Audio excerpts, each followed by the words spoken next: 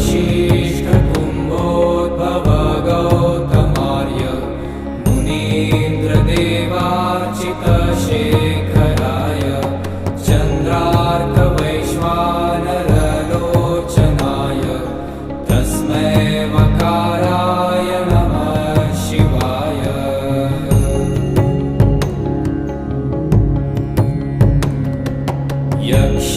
यक्षस्वरूपाय जटा